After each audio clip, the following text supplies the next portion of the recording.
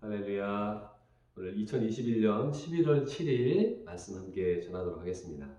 오늘 본문 말씀은 디모데후서 4장 21절인데요. 너는 겨울 전에 어서 오라. 으블로와 부데와 리노와 글로우디아와 모든 형제가 다 내게 문안하느니라. 아멘. 달력을 보니 오늘이 바로 입동입니다. 11월 7일이 음력으로 이제 입동이 되는데요. 가을을 지나 이제 겨울로 들어가는 계절이라는 것을 알려주는 절기인 것입니다. 자연에는 봄, 여름, 가을, 겨울이 있어요. 근데 이 봄, 여름, 가을, 겨울이 순서대로 옵니다. 봄이 왔다가 갑자기 겨울이 오고 또 가을이 오고 이렇게 하지 않고요.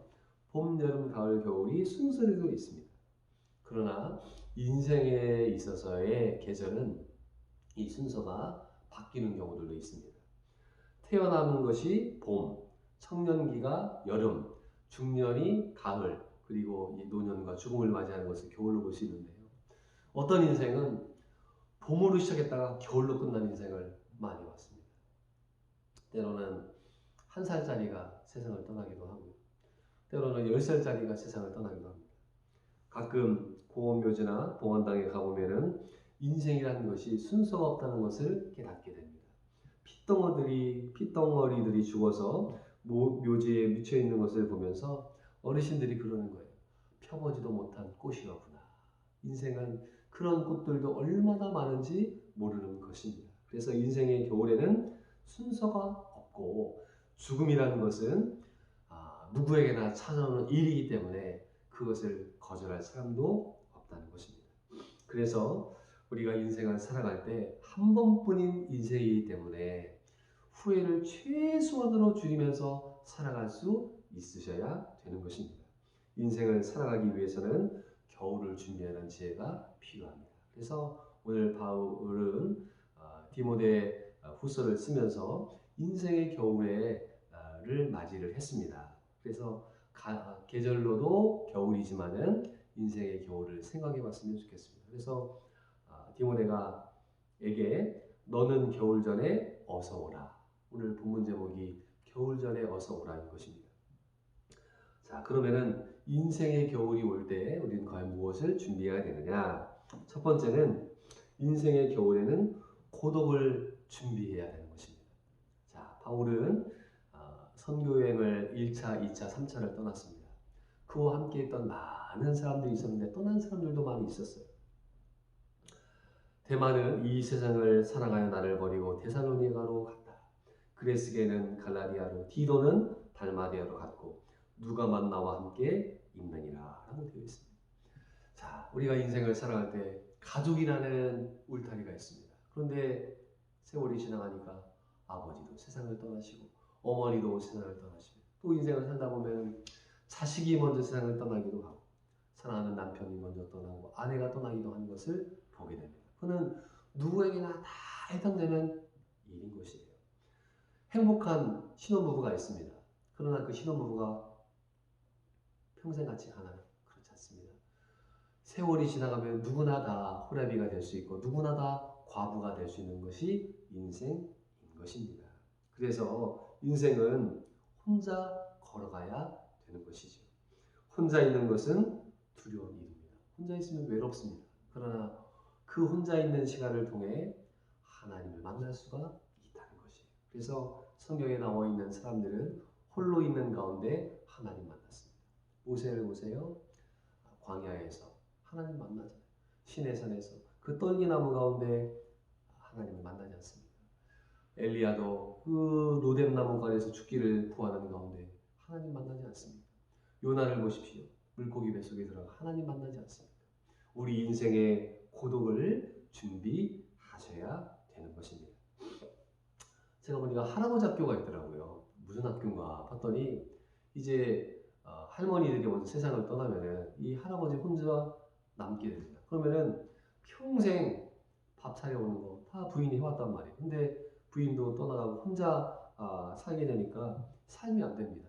그래서 이 할아버지 학교가 있어서 밥하는 법, 또 반찬을 하는 법, 빨래하는 법 이런 것들을 준비하지 않으면 인생을 살아갈 수가 없는 것이에요. 그래서 인생의 겨울에는 혼자서 살아갈 수 있는 힘을 가져야 된다는 것입니다.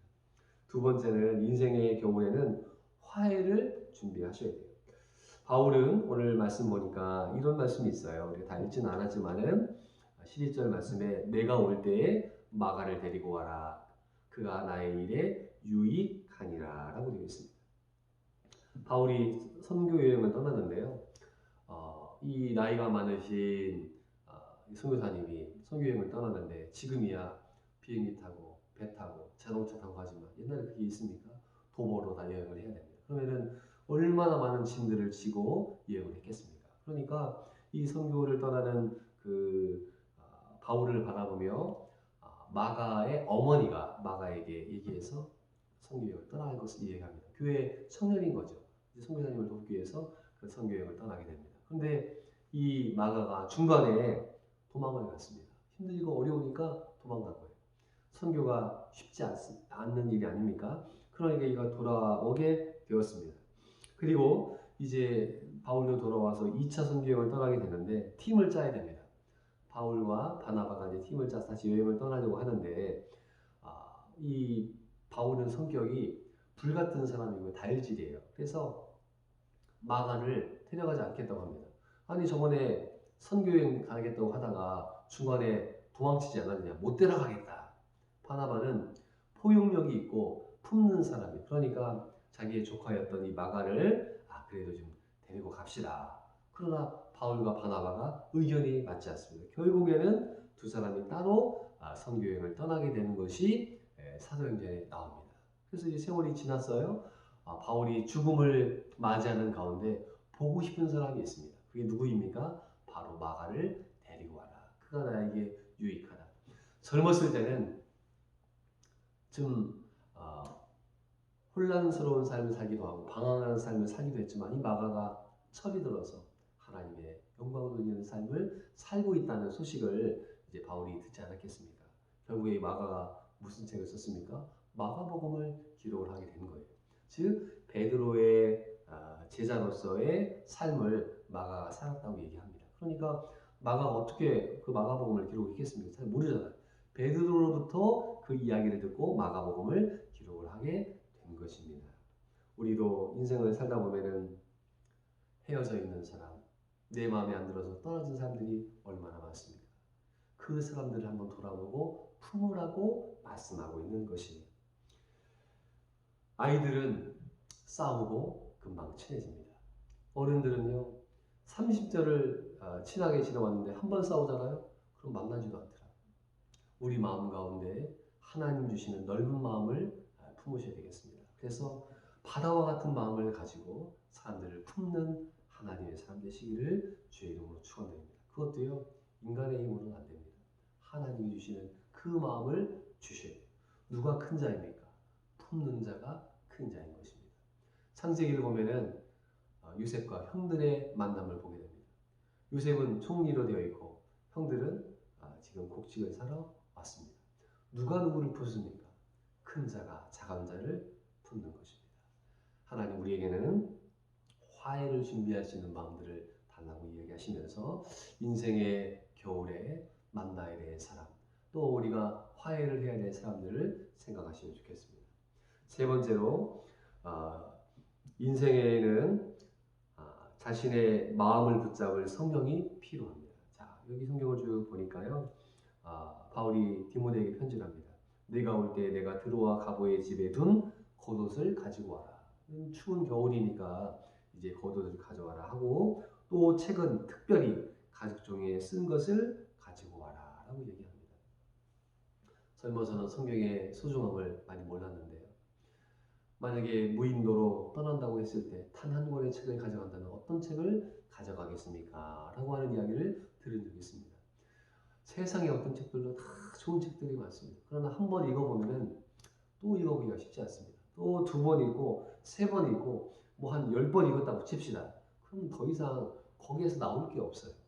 그러나 성경은 한 번 읽을 때는 너무너무 어렵지만 읽고 또 읽을 때마다 넘쳐난 하나님의 지혜가 담겨져 있는 책인 것입니다. 그래서 우리의 인생이 흔들릴 때 우리의 인생을 흔들리는 것을 붙잡을 수 있는 누군가가 있어야 되잖아요. 그 사람이 없다면 내 마음을 붙잡아줄 책이 한 권 있어야 됩니다. 그것이 무엇입니까? 바로 성경이죠. 그래서 성경은 영생을 얻게 하는 지혜가 있습니다. 인생을 살아가는 지혜가 있습니다. 성공을 위한 지혜가 있습니다. 가정을 꾸리는 지혜가 있고 교회를 끌고 가는 지혜가 있고 인생을 사는 지혜가 성경 가운데 들어가 있습니다. 그런데 사람들이 성경을 안 보는 거예요. 성경을 찾지 않는 거예요. 우리는 하나님보다 똑똑하지 못합니다. 세상 사람보다 똑똑하지 못합니다. 우리가 성경을 우리의 삶에 두고 성경을 깊이 읽으시고 성경을 묵상하고 삶의 중심에 둘 때 흔들리지 않는 인생을 살아갈 수가 있는 것입니다. 이 노년의 신학자인 바울도 성경을 가까이 하려고 하지 않습니까? 그래서 성경 가운데 거하시는 우리 하나님 사람들 되시기를 주의 이름으로 부탁드립니다. 사랑하는 성도 여러분, 이제 겨울이 오는데요. 김장도 준비하고 또 겨울옷도 꺼내고 준비하지 않습니까? 그거는 이 세상의 계절의 지혜죠. 그러나 인생의 겨울은 갑자기 찾아오는 것입니다. 그 인생의 겨울을 아는 사람은 단 한 사람도 없고요. 미리미리 그 인생의 겨울을 준비하셔야 됩니다. 그래서 고독할 수 있는 훈련, 하나님 만나는 훈련, 화해를 통해서 화목하는 훈련, 그리고 성경을 통해서 자신을 돌아보는 삶을 살아가시는 우리 하나님의 사람들 되시기를 주의 이름으로 축원드립니다. 아멘. 기도하겠습니다. 하나님 아버지, 인생의 겨울이 옵니다. 추운 겨울을 맞이하기 위해서 겨울을 준비하는 지혜를 갖는 것처럼 하나님 인생의 겨울이 오기 전에 하나님 만나는 저희를 되게 해주시고 화목하는 지혜로운 마음을 주시고 성경을 통해서 인생을 깨닫고 의미 있고 보람되고 가치 있는 거룩한 삶을 살아가는 하나님의 사람들 되게 하여 주옵소서. 예수님의 이름으로 기도드리옵나이다.